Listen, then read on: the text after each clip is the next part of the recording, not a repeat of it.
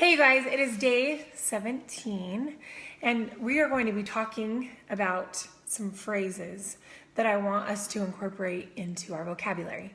And the first one is, I was wrong. And the second one is, I am sorry. And for extra credit, you can incorporate the phrase, please forgive me. So why these phrases are going to be important is because a lot of times, especially if we become the victim of a really big trial or something in our mind, we're the victim of somebody else's choices, or if our whole life has been changed by somebody else. Those traumas that have happened, you're gonna have to define yours for what it is. But in those moments, we kind of look at the world differently, like everybody did something to us. At least this was the case so many times for me, and has been the case. Even in the situation a few days ago that I talked about with Boston, when I walked in, why would she do this to me? Why would she? The first things that pop in our mind are usually to protect ourselves. And in that moment, I didn't protect my daughter, I protected me. I'm not a good mom if you can't just follow what you're supposed to. That's the things going on in my head. So when the dust settled with that situation, and I walked away and kind of evaluated how I responded, what she did, what really happened, I realized that I played some roles that weren't correct.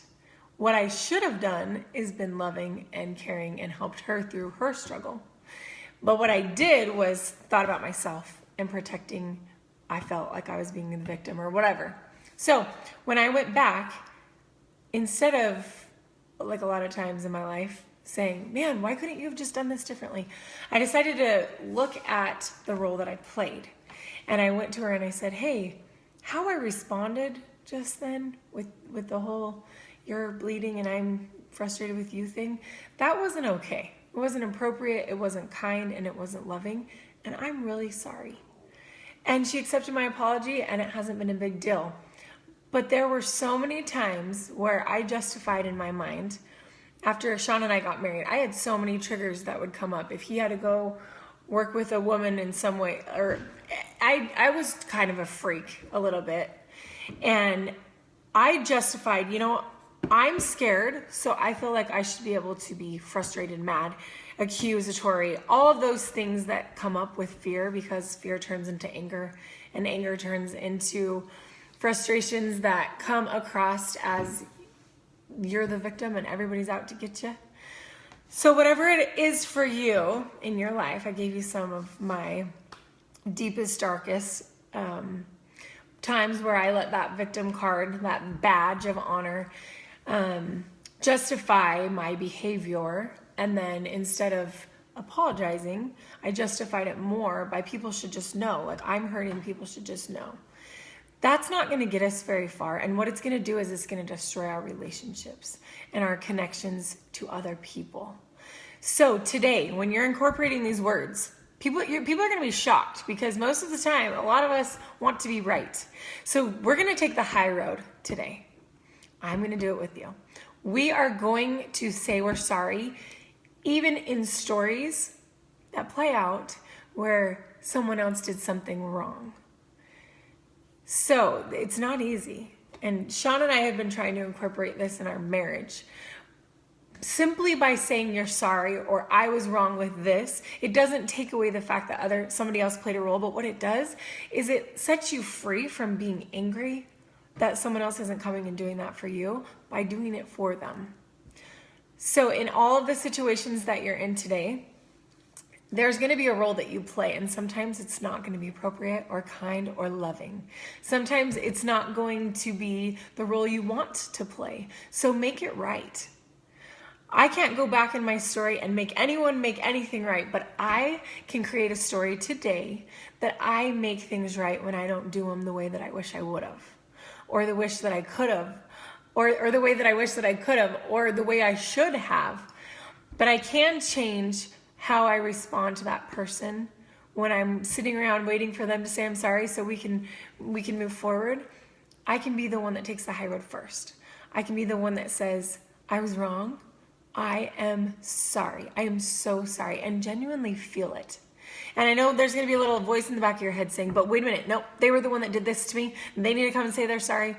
And that might work for you.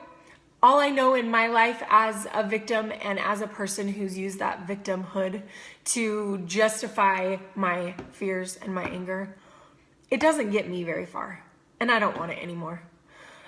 So whatever works for you, I hope that you can incorporate these words in a way that you get to take the high road and not wait around for other people to come and fix you before you can be kind. We have the power to be kind and loving. And if you are like me and you get in the heat of a moment and all the words come out that you wish that you could just take them all back, it's not too late. That's what these words are going to be for. But even more so, as you incorporate the feeling of being sorry and the feeling of sometimes being wrong, it's okay. It's hard. I know it's super hard, but it's okay to be wrong.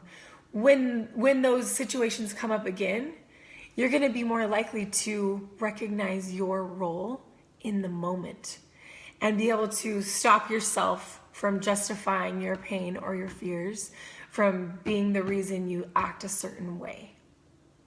So there's our challenge for today.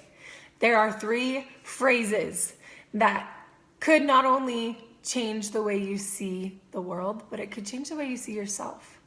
We get to accept responsibility in this life, and in every situation, nobody's going to do it perfectly, including ourselves.